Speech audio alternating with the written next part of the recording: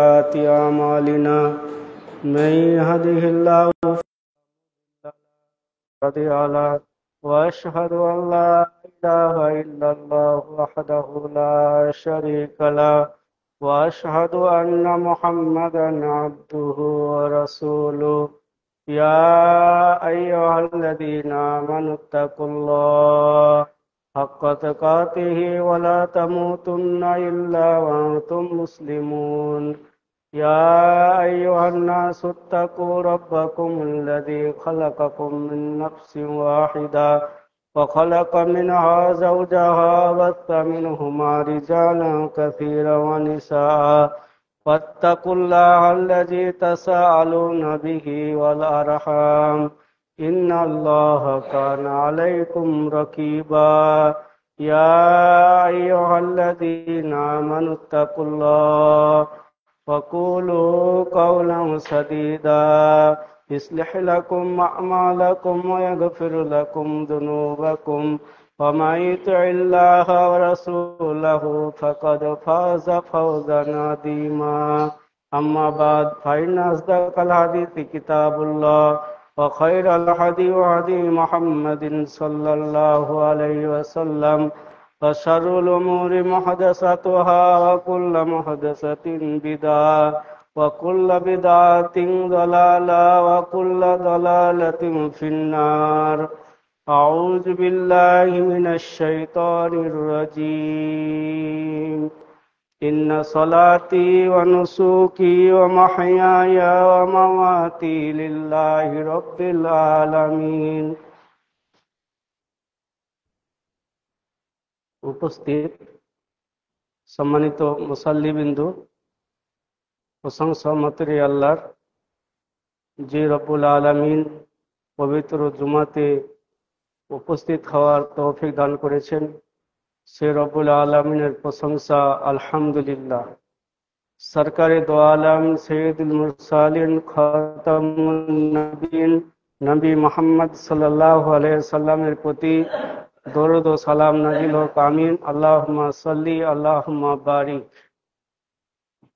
আপনাদের সম্মুখে গত জুম্মাতে যে বিষয়বস্তুর উপরে আলোচনা করেছিলাম, যে ভারতবর্ষের স্বাধীনতার ব্যাপারে যে আলোচনাটা করেছিলাম, তারই কিছু সারাংশ বেরিয়ে আসবে। তাওহীদ, মূলত বিষয়ের নাম হচ্ছে ইখলাস। সম্মানিত উপস্থিতি, গত জুমাতে আমরা শুনেছি যে আমাদের বাপ দাদারা মুসলিম সম্প্রদায়ের যে সমস্ত দায়িত্বশীলেরা ইতিপূর্বে এখানে রাজত্ব করেছে, তাদের রাজত্ব শেষ হয়ে গেছে, তাদের রাজত্ব নিস্তে নাবুদ হয়ে গেছে। এই রাজত্ব শেষ হয়ে গেছে, তো এখন আমাদের করণীয় কি, আমাদেরকে কি করতে হবে, এটাই মূল বিষয়। সম্মানিত উপস্থিতি, আমাদেরকে বুঝতে হবে যে আমরা ভারতবর্ষে বাস করছি, এই নয় যে শক্তি দেখিয়ে বাস করছি। ভারতবর্ষে আমি অত্র এলাকাতে বাস করছি, এই নয় যে শক্তি দেখিয়ে বাস করছি। যদি মুসলমান হন, ইমানদার হন, তবে এখানে আমাকে একটা বিষয়ের উপরে অটল হয়ে বসবাস করতে হবে, সেটা হচ্ছে তাওহীদ, একত্ববাদ। এর উপরে অটল হয়ে বাস করতে হবে। এর উপরে এর একটা অংশ, আকীদারই একটা অংশ, সেটা হচ্ছে ইখলাস। আল্লাহকে বিশ্বাস করলাম, রসুলকে বিশ্বাস করলাম, আল্লাহকে এক বলে মানলাম, আর রসুলকে বিশ্বাস করলাম, এবং ইসলাম ধর্মের যে বিধিবিধানগুলো রয়েছে সমস্ত কাজগুলো করছি। এই কাজের ভিতরে যদি ইখলাস না থাকে, তাহলে আমার এই তাওহীদকে ধরে ইবাদত করে আমার কোনো কাজ হবে না। সম্মানিত উপস্থিতি, তাওহীদকে যদি আমরা আঁকড়ে ধরি, তাহলে সর্বপ্রথম তাওহীদকে যদি আমরা আঁকড়ে ধরে নিই, তাহলে আল্লাহ রাব্বুল আলামিন আমাদেরকে আবার পরিত্রাণ দিবেন, আবার সুযোগ সুবিধা করে দিবেন, আবার করে দিবেন। রব্বুল আলামিনের এই তাওহীদকে যদি আমরা আঁকড়ে ধরে থাকি, আমাদের এখন করণীয় যে আমাদেরকে তওবা করে ফিরে আসতে হবে, তওবা করতে হবে, ইস্তেগফার করতে হবে। রব্বুল আলামিন আমরা যা কিছু করেছি দলবদ্ধভাবে তওবা করে ইস্তেগফার করতে হবে, দলবদ্ধভাবে। যেমন ঈদগাহতে মানুষ জমা হয়, জুমার মসজিদে মানুষ জমা হয়, এই রকমই ভাবে মানুষকে একত্র হতে হবে এবং আল্লাহকে বলতে হবে, আল্লাহ গো, তোমার ইবাদত এতদিন করিনি, এখন তোমারই ইবাদত করব, যা কিছু করব তোমারই জন্য করব। আর যতগুলো আপনার অন্যায় করেছি, মদ আর খাবো না, সুদ আর খাবো না, লটারি আর কাটবো না, জেনা আর করবো না, চুরি আর করবো না, এইরকম ভাবে ওয়াদাবদ্ধ হতে হবে রব্বুল আলামিনের কাছে। তাহলে রব্বুল আলামিন আমাদেরকে হয়তো পবিত্র করে দিতে পারে।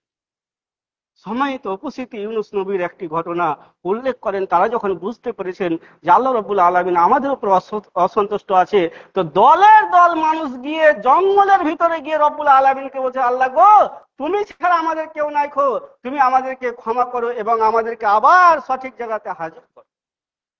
সম্মানিত উপস্থিতি, আপনি ভাবছেন যে আমি আধার কার্ড, ভোটার কার্ড, এটা ওটা, জন্ম সার্টিফিকেট ঠিক করে নেবো, দিয়ে তখন আমাকে ছেড়ে দিবেন না। এরা আপনার পিছনে লেগেছে, মানে আপনাকে মারবেই।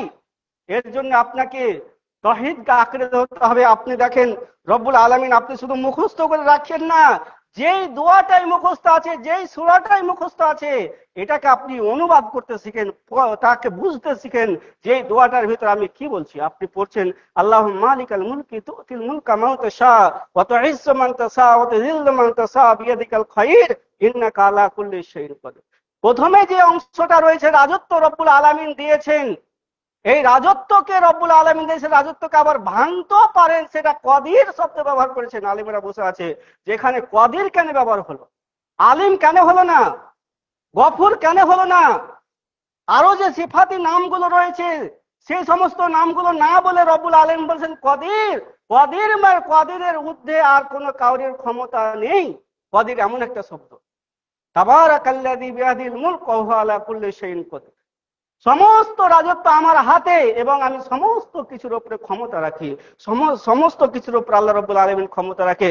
যাকে রাজত্বতে বসিয়েছে একে উল্টাতে রব্বুল আলামিনের কাছে কিছুই নয়, কিছুই নয়। রব্বুল আলামিন তিনি হচ্ছেন কদির। অতএব সম্মানিত উপস্থিতি, রব্বুল আলামিনকে যদি আমরা একত্ববাদের মাধ্যম দিয়ে আল্লাহ রব্বুল আলামিনকে আঁকড়ে ধরি, আমাদের নিজস্ব পাপগুলোকে তুলে ধরে রব্বুল আলামিনের কাছে খাঁচে ওয়াদাবদ্ধ হয়ে আমরা যদি আবার দলবদ্ধভাবে যদি ফিরে আসি, তাহলে ইনশাআল্লাহ দেখবেন আমরা আবার সাকসেস হব, আমরা আবার সাকসেস হব। নচেত একা একা হবে না। আমি একাই রাত্রে উঠে তওবা করছি, আপনি একাই রাত্রে উঠে তওবা করছেন, এরকম করে হবে না। আপনি কোরআনের আয়াত দেখেন, যতদিন পর্যন্ত মানুষরা দলের দল এসে মানুষরা ইসলাম গ্রহণ না করেছে, আল্লাহ রাব্বুল আলামিন রাজত্ব দেয়নি। ওয়ারাইতান নাস ইয়াদখুলুনা ফি দীনিল্লাহি আফওয়াজা, ওয়ারাইতান নাস ইয়াদখুলুনা ফি দীনিল্লাহি আফওয়াজা। মুহাম্মদ, এবার আপনি দেখবেন দলের দল মানুষ এসে আপনার কাছে ইসলাম কবুল করবে। এই আয়াতের পূর্বে ইসলামের কি অবস্থা ছিল আপনি একবার ভাবেন। ইসলামের কি অবস্থা ছিল এই আয়াতের পূর্বে? এই আয়াত আসার পরে মানুষেরা যখন দলের দল, ফৌজের ফৌজ এসে ইসলাম কবুল করলো, তখন সেখানকার পরিস্থিতি, সেখানকার নীতিমালা, সেখানকার সমাজ ব্যবস্থা সব কিছু পরিবর্তন হয়ে গেছিল। সম্মানিত উপস্থিতি, তার কারণে আমাদেরকে, আমরা শুধু মুসলিম হিসাবে বসবাস করলে হবে না, আমাদেরকে একত্ববাদকে স্বীকার করে রব্বুল আলামিনের কাছে যৌথভাবে রব্বুল আলামিনের কাছে ক্ষমা চাইবো। দেখবেন কালকে সকালেই মোদী সরকার নেই, মোদী কে গো? এর চাইতে বড় বড় ফেরাউনের মতন লোক, এর চাইতে বড় বড় আপনার ইসলামের শত্রু আবু জাহাল, এরা চলে গেছে, নিস্তে নাবুদ হয়ে গেছে। ইতিহাস পড়েন, তাহলে আপনি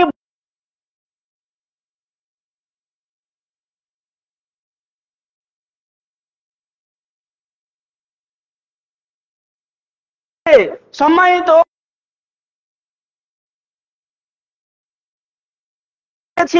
আমি সম্মান দিয়েছি, আমি সম্মানের অধিকারী, আবার তাকে নিস্তে নাবুদ করতে পারি।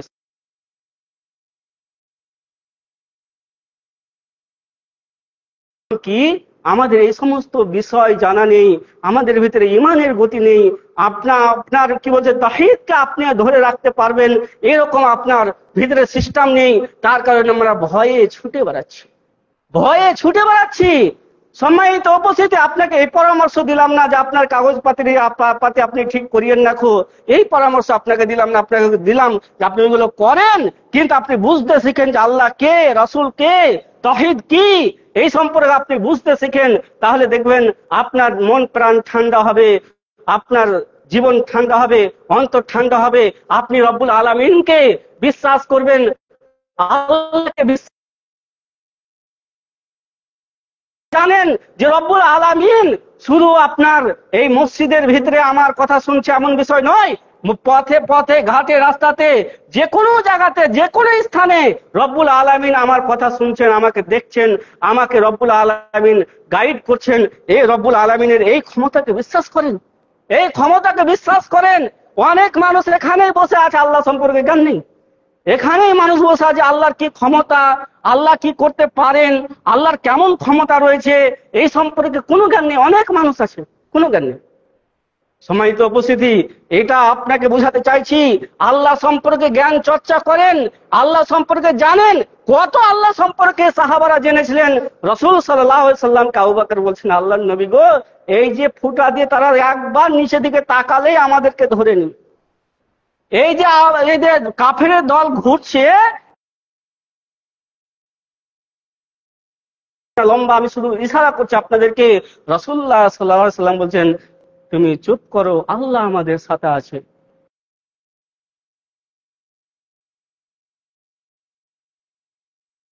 অটল হয়ে গেলেন আবু বকর সিদ্দিক, তিনি একেবারে চুপ হয়ে গেলেন, আর কোনো কথা বললেন না। ঘটনা শুনেছেন, জানেন তারা আর পেয়েছিল, রাসূলুল্লাহ সাল্লাল্লাহু আলাইহি সাল্লামকে পেয়েছিল, আবু বকর সিদ্দিক আর পেয়েছিল। এই রকম ভাবে বিশ্বাস করেন, এই রকম ভাবে বিশ্বাস করেন আল্লাহ আমার সমস্ত কিছুর মালিক, সমস্ত কিছুর দায়িত্বশীল, রব্বুল আলামিন সমস্ত কিছু দায়িত্ব নিয়েছেন আমার। তাহলে আমাকে এইরকম ভাবে যখন আমি বিশ্বাস করব, তখন কিন্তু আমার ভেতর থেকে যেগুলো ভ্রম রয়েছে, যেগুলো অসুখ বিসুখ রয়েছে, যা কিছু রয়েছে, এইগুলো সমস্ত কিছু দূর হয়ে যাবে, আপনার কোনো প্রকারের ভয় লাগবে না। সম্মানিত উপস্থিতি, ইতিহাসে বিদ্বানদের জীবনী পড়েন, তারা এই ঘাটে পার হয়ে চলে গেছেন। তার কারণে আমরা সূরা ফাতিহা পড়ছি, কিন্তু পড়ে নিচ্ছি তোতা পাখির মতন।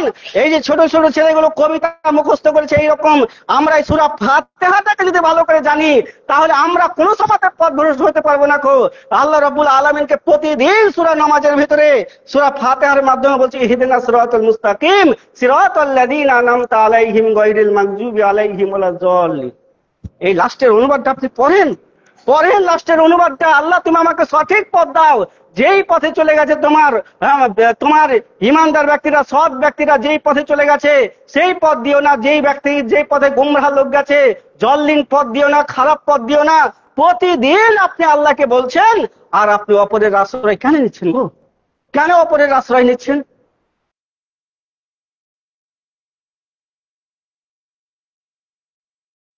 যারা এই সঠিক পথ দিয়ে অতিক্রম করেছে তাদের পথ দাও, যারা কাফের, যারা গুমরাহ পথে চলেছে তাদের পথ দিও না।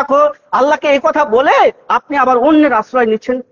আপনার চাচাতো ভাইয়ের, কাকাতো ভাইয়ের, ফুফাতো ভাইয়ের, পীর সাহেবের, অমুক সাহেবের, এমপি এমএলএ এর এই দিকে আপনি তাকিয়ে আছেন কেন? কেন তাহলে এই কথা আল্লাহকে কেন বলছেন আপনি? আল্লাহ তুমি আমাদেরকে সঠিক পথ দাও, আমরা দেখে নিব কিভাবে চলতে হবে, আমাদের হাতে এমএলএ আছে। আল্লাহ তুমি আমাদেরকে সঠিক পথ দাও, আমরা দেখে নিব, আমার কাকাতো ভাই মেম্বার আছে, আমার কোনো অসুবিধা নাই, আমি দেখে নিব, আমাদের মুখ্যমন্ত্রী আমাদের সঙ্গে আছে। এই কথাগুলো নামাজি তাহলে বলেন। আস্তাগফিরুল্লাহ ওয়া আতুবু ইলাইহি। সম্মানিত উপস্থিতি, এইভাবে আমরা আল্লাহকে মানি না, এইভাবে আমরা আল্লাহকে বিশ্বাস করি না। সালাত আদায় করি তবু, সিয়াম পালন করি তবু, এই সমস্ত ভাবে এইরকম ভাবে আল্লাহকে বিশ্বাস করি না এরকম ভাবে বিশ্বাস। যদি এইরকম ভাবে বিশ্বাস করতাম, কিন্তু এখন এমন পরিস্থিতি হয়েছে যৌথ ভাবে আল্লাহকে এরকম ভাবে বিশ্বাস করতে হবে, যৌথ ভাবে এরকম ভাবে বিশ্বাস করতে হবে, তাহলে আমাদের কল্যাণ রয়েছে। আমাদেরকে দেখেন, আপনার একটা দেশ রয়েছিল, আছে, এখন আছে, যারা জেনারেল শিক্ষিত বুঝতে পারবেন, স্পেন বলে একটা দেশ। এই দেশটাকে কিভাবে ধ্বংস করেছিল, মূল কথা যেটুকু ওইটুকু শুধু আপনাদেরকে বলছি। এই দেশটাকে তারা ধ্বংস করতে চেয়েছিল, ইহুদিরা ধ্বংস করতে চার। সর্বপ্রথম বলছে এদের ঈমান যদি নষ্ট না করা যায় তাহলে কিন্তু এদেরকে ধ্বংস করা যাবে। ইমানকে নষ্ট করতে হবে, এদের কাছ থেকে তাওহীদ কেড়ে নিতে হবে, এদের কাছ থেকে কাবিরা গুনাহ যুক্ত করতে হবে, তাহলে এদেরকে আপনার ধ্বংস করা যাবে। এদেরকে সালাত থেকে দূরে করতে হবে, তাহলে এদেরকে ধ্বংস করতে হবে। এটাই তো তারা করেছিল। ইতিহাস পড়েন, ইতিহাস এটাই তারা করেছিল। সর্বপ্রথম তাস খেলতে শিখাচ্ছিল, তারপরে মদ খেতে শিখাচ্ছিল।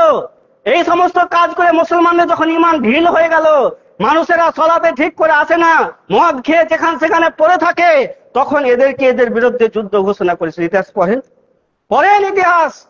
সম্মানিত উপস্থিতি, এই সমস্ত কাজ আমরা যতদিন ভারতবর্ষে করব, গোটা ভারতের মানুষকে লাগবে না। যদি সুতি থানার মানুষ, যদি আমরা এই সুতি থানার মানুষ যদি পরিবর্তন হয়ে যায়, গোটা ভারতবর্ষকে আমরা ডাক দিতে পারবো, এসো তাওহীদের পথে এসো, এসো শিরক মুক্ত পথে এসো, এসো আল্লাহর পথে এসো। এই কাজ আমাদের করতে হবে। দ্বিতীয় আলোচনা হচ্ছে, আপনি দেখেন যে আমরা এই ইবাদত যেগুলো আমরা করছি, একটু আগে বললাম যে ইবাদত করতে গিয়ে হয়তো সরাসরি মূর্তি পূজা করি না, সরাসরি আপনার কি বলছে হানাফিদের মতন পীর পূজা করি না, কিন্তু একটু এয়াত প্যাচ করে এইগুলো আমরা সবই করছি, যেটা আমরা বক্তব্যতে এতক্ষণ বুঝতে পারলাম। এইগুলো আমরা সবই করছি, অপরের আশ্রয় গ্রহণ করে বেড়াচ্ছি। ইয়াকা নাবুদু ওয়া ইয়াকা নাস্তাঈন, আল্লাহ তোমারই ইবাদত করি, তোমারই কাছে সাহায্য চাই। ইবাদত আল্লাহর করলাম, আল্লাহর কাছে সাহায্য চাইলাম। সালাত আদায় করার পরে আমরা বিভিন্ন রকম ভাবে বিভিন্ন মানুষের কাছে সম্পর্ক করি যে আমার কি করে সম্মানটা বজায় থাকবে, আমার পাশে 5টা 10টা লোক কি করে থাকবে। আপনার কেউ নেই, ভালো করে শুনে রাখেন, আপনার কেউ নেই। ওয়া উম্মি ওয়া আবি ওয়া সাহিবাতি ওয়া বানি লিকুল্লি ইমরিইন মিনহুম ইয়াউমাইযিন শানু ইগনি।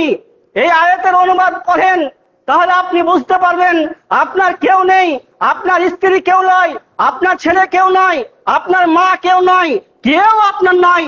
আপনার আমল দিয়ে, আল্লাহর দয়া দিয়ে কাল হাসরের ময়দানে পার হবেন। কেউ আপনাকে পার করতে পারবে না, কেউ পার করতে পারবে না।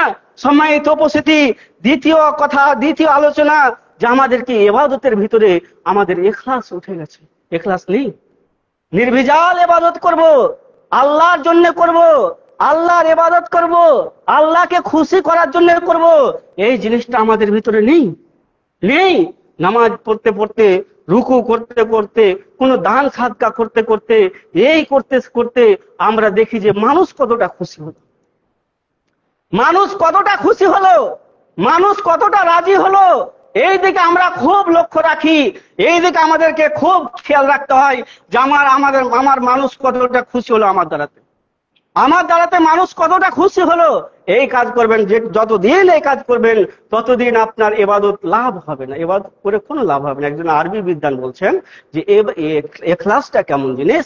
ইখলাসটা হচ্ছে একটা বারুদের পাহাড়ের ওপরে ইমানদার ব্যক্তি দাঁড়িয়ে আছে। একটা বারুদের পাহাড়ের উপরে ইমানদার ব্যক্তি দাঁড়িয়ে আছে। বারুদের পাহাড় মানে যে কোনো সময়তে জ্বলে যেতে পারে, যে কোনো সময়তে জ্বলে যেতে পারে। আপনার আরো একটু সাধারণ করে দিই, একটা পোয়ালের পালা আছে, আগে পোয়ালের পালা হতো, পোয়ালের পালাতে বাড়ির ছেলে পেলেকে বারবার সতর্ক করছেন, এই আগুনলে ওখানে খেলা করিস না, এই আগুনলে যাস না। কারণ পোয়ালের পালা এত সহজ যে এত সহজেই চলে যাবে, একটুকা ফুনকি পেলেই পোয়ালের পালা জ্বলে যাবে। তো উনি বলছেন বারুদের পাহাড়ের ওপরে ইমানদার ব্যক্তি দাঁড়িয়ে আছে, কারণ কখন যে তার পুরে ছারখার হয়ে যাবে ইমান, এ বুঝতেই পারবে না। ইখলাস এটা বোঝাচ্ছে বন্ধু, ইখলাস এটা জিনিস। মুসাল্লি সাহেব, ইখলাস এটা জিনিস। এই জিনিসটার নাম ইখলাস। 5,000 টাকা দান করলেন, 2,000 টাকা দান করলেন, কে যে আমার নাম করবে, কে বলবে যে অমুক লোকটা আমার 5,000 টাকা দান করেছে। আপনি ওই বারুদের পাহাড়ের মতন জ্বলে ছারখার হয়ে গেছেন, আপনার দান ছারখার হয়ে গেছে। আপনার কি বলছে, সালাতটাকে একটু লম্বা করে দিলেন, যে রুকু সিজদা লম্বা করে দিই, আমিনুল মুলবি আছে দেখবে, বলবে যে কত সুন্দর করে নামাজ পড়ছে রে, এইটা বললে আপনার কি হয়ে গেল, শেষ হয়ে গেল, সালাত শেষ হয়ে গেল। আপনার বাড়িতে কুটুম এসেছে, কুটুমকে এত আপ্যায়ন করছেন, কুটুমকে এত সম্মান করছেন যে আমার মতন কে ভালো খিলাতে পারে, আপনার ইখলাস নষ্ট, শেষ। এই কারণে আরবি বিদ্বান বলেছেন যে বারুদের পাহাড়ের উপরে এ কি করে টিকে থাকে। রব্বুল আলামিন একটা সূরাই নাজিল করেছেন ইখলাস, একটা সূরাই নাজিল করেছেন ইখলাস। আল্লাহ রব্বুল আলামিন তিনি হচ্ছেন নির্ভেজাল, আর তিনি নির্ভেজাল ইবাদত গ্রহণ করেন। আমরা যত কিছু করবো, ইন্না সলাতি ওয়া নুসুকি ওয়া মাহইয়া ওয়া মামাতি লিল্লাহি রাব্বিল আলামিন, সমস্ত কিছু আমার সলাত, আইনা সলাতে অনুসুকি, আমার কুরবানি আল্লাহর জন্য, সলাত আমার জন্য আল্লাহর জন্য, বেঁচে থাকা আল্লাহর জন্য, মরা আল্লাহর জন্য, সমস্ত কিছু আল্লাহর জন্য, সমস্ত কিছু আল্লাহর জন্য। আরো ইখলাসটাকে সহজ করে বুঝায় রাসূলুল্লাহ সাল্লাল্লাহু আলাইহি ওয়াসাল্লাম বলছেন, দেখো দেখো ওই যে ওই লোকটা জাহান্নামে যাবে। আল্লাহ নবী বলছেন ওই যে ওই লোকটা জাহান্নামে যাবে। সাহাবা রাদিয়াল্লাহু তাআলা আনহুরা বলছেন, আল্লাহর নবী কেমন করে লোকটা জাহান্নামে যাবে? এই লোকটা তো একেবারে যুদ্ধের ময়দানে এসেছে আর জান প্রাণ দিয়ে মুসলমানদের পক্ষ হয়ে খাচ্ছে, কাফেরদেরকে মারছে, আর কেমন করে জাহান্নামে যাবে? আল্লাহ নবী সাল্লাল্লাহু আলাইহি ওয়াসাল্লাম যে কথা বলেছেন, সাহাবারা এমন ভাবে বিশ্বাস করেছেন যে আল্লাহর নবী যখন বলে দিয়েছেন তাহলে অবশ্যই হবে। তবে আমরা দেখবো যে কেমন করে জাহান্নামে যাচ্ছে, আমরা দেখবো কেমন করে জাহান্নামে যাচ্ছে। সেই সাহাবীটার পিছা করলে এরা যে কেমন করে জাহান্নামে যাচ্ছে দেখবো। যেতে যেতে কাজ যুদ্ধ করতে করতে করতে করতে এমন সময়তে তাকে কাফেরেরা যখন আক্রমণ করে দিয়েছে, কাফেরেরা যখন আক্রমণ করেছে, সেই সাহাবী কি করেছে?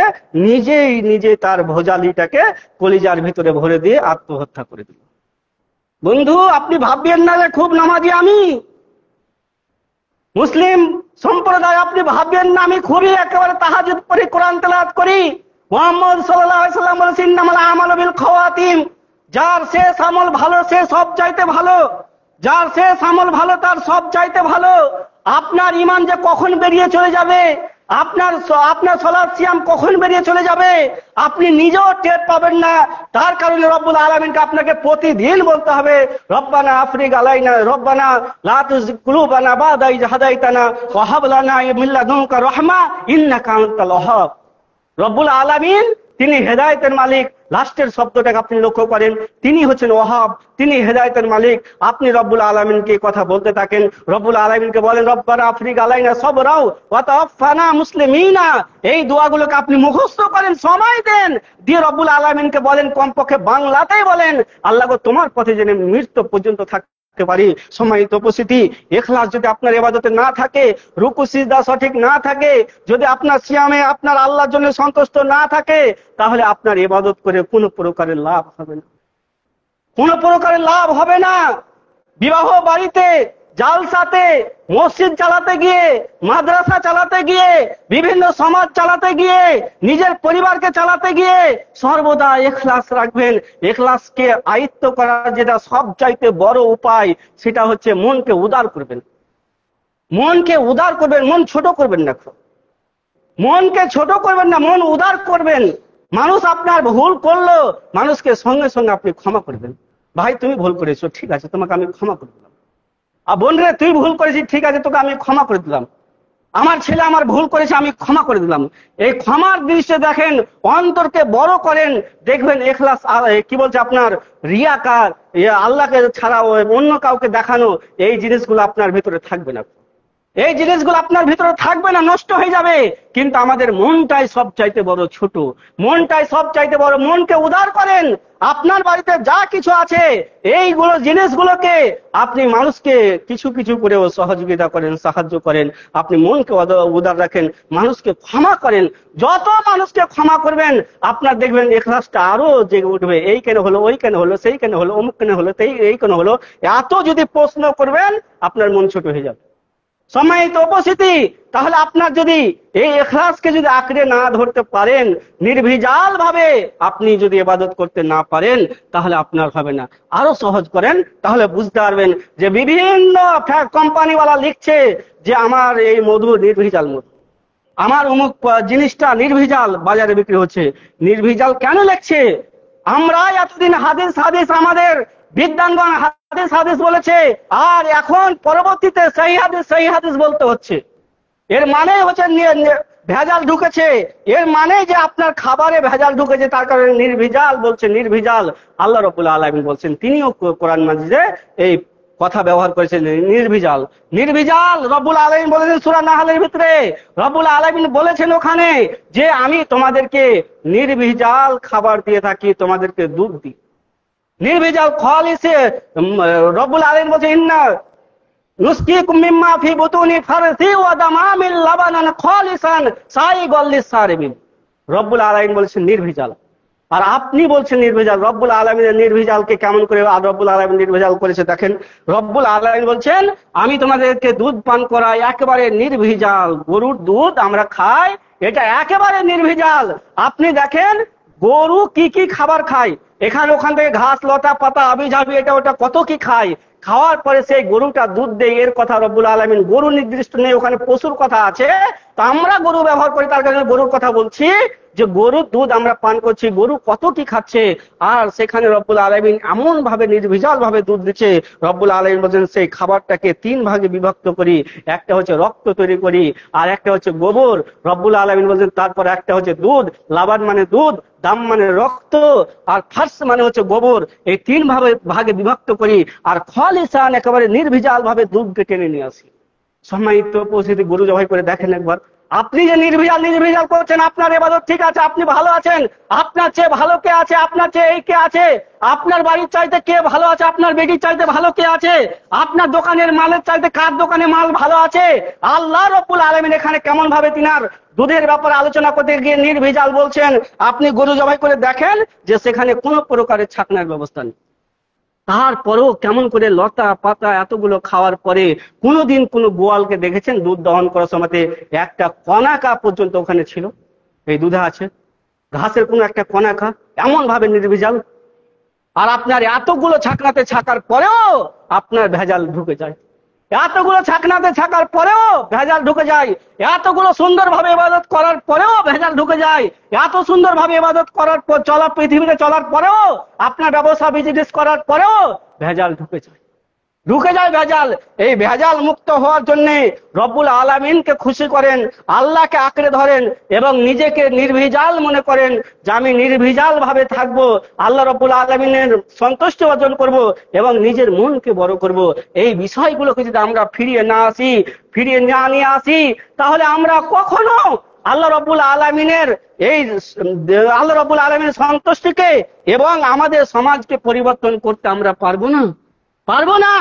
এইগুলো থেকে আমাদেরকে বেঁচে থাকতে হবে, তাওহীদকে আঁকড়ে ধরতে হবে, ইখলাসকে আঁকড়ে ধরতে হবে, সর্ব কাজে আল্লাহর জন্য সন্তুষ্টির জন্য করতে হবে, তাহলে আপনি সাকসেস হবেন। আপনার কাছে দেখেন মৌলভী সাহেবের জন্য বেতন চাইতে গেছে, 100 টাকা দেন, মৌলভী সাহেবের মাস লেগে গেছে, বলছে না ওই মাসে দেবো। আর ওই লোকটা কি করছে, আপনার বেটির বিবাহতে 50,000 1 লক্ষ টাকা খরচা করছে। ওই লোকটাই 1 লক্ষ টাকা খরচা করছে।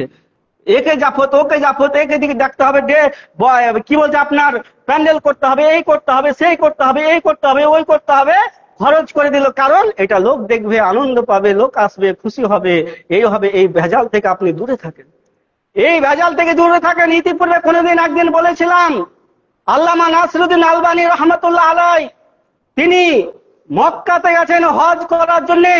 হজ করতে গিয়ে তিনি সর্বদা থাকছে একাই যে না আমার ইবাদত করতে আমাকে, আমি হজ করতে এসেছি, এই বিষয়টা যেন কেউ জানতে না পারে, কেউ না জানতে পারে যে আমি হজ করতে এসেছি।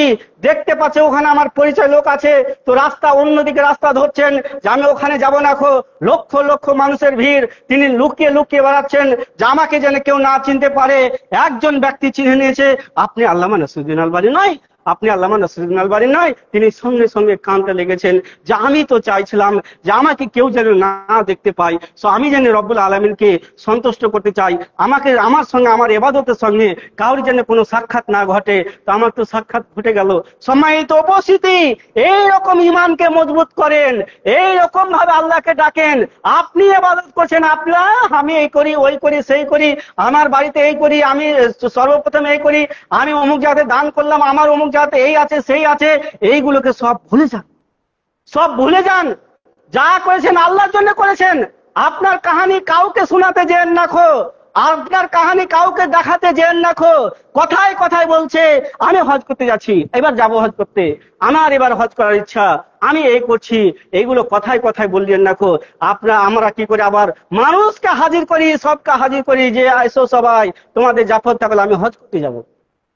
মানে প্রচার আগে একটা হয়ে গেল যে আমি হজ করতে চলে গেলাম, সমস্ত মানুষকে ডেকে নিল, ডাকার পর আত্মীয় স্বজনকে ডাকার পরে ভোজ ভাত খাইয়ে দিল, প্রচার হয়ে গেল যে অমুক লোকটা হজ করতে চলে গেল। আল্লাহু আকবার। এই সমস্ত কাজ সালফে সালেহিনদের ছিল না গো, এই সমস্ত কাজ ছিল না।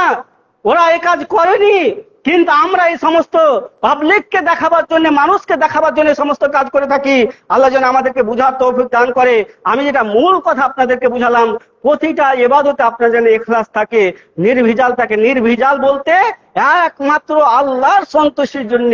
ইয়া কানা আবুদু, ইয়াটা শব্দটাকে যদি আপনারা বুঝতে পারতেন তাহলে বুঝতে পারতেন যে 1 ইঞ্চি বরাবর আপনি কাউকে অংশগ্রহণ করাতে পারবেন না। ইয়া, তারই ইবাদত করি, তারই ইবাদত করি, তাছাড়া অন্য কাউরির আমরা ইবাদত করি। দেখো আল্লাহ গো, তুমি আমাদেরকে তৌফিক দান করো যে আমরা ইখলাসকে বজায় রাখতে পারি। আল্লাহ গো, তুমি আমাদেরকে তৌফিক দান করো যেন আমরা তাওহীদের অন্তর্ভুক্ত হতে পারি।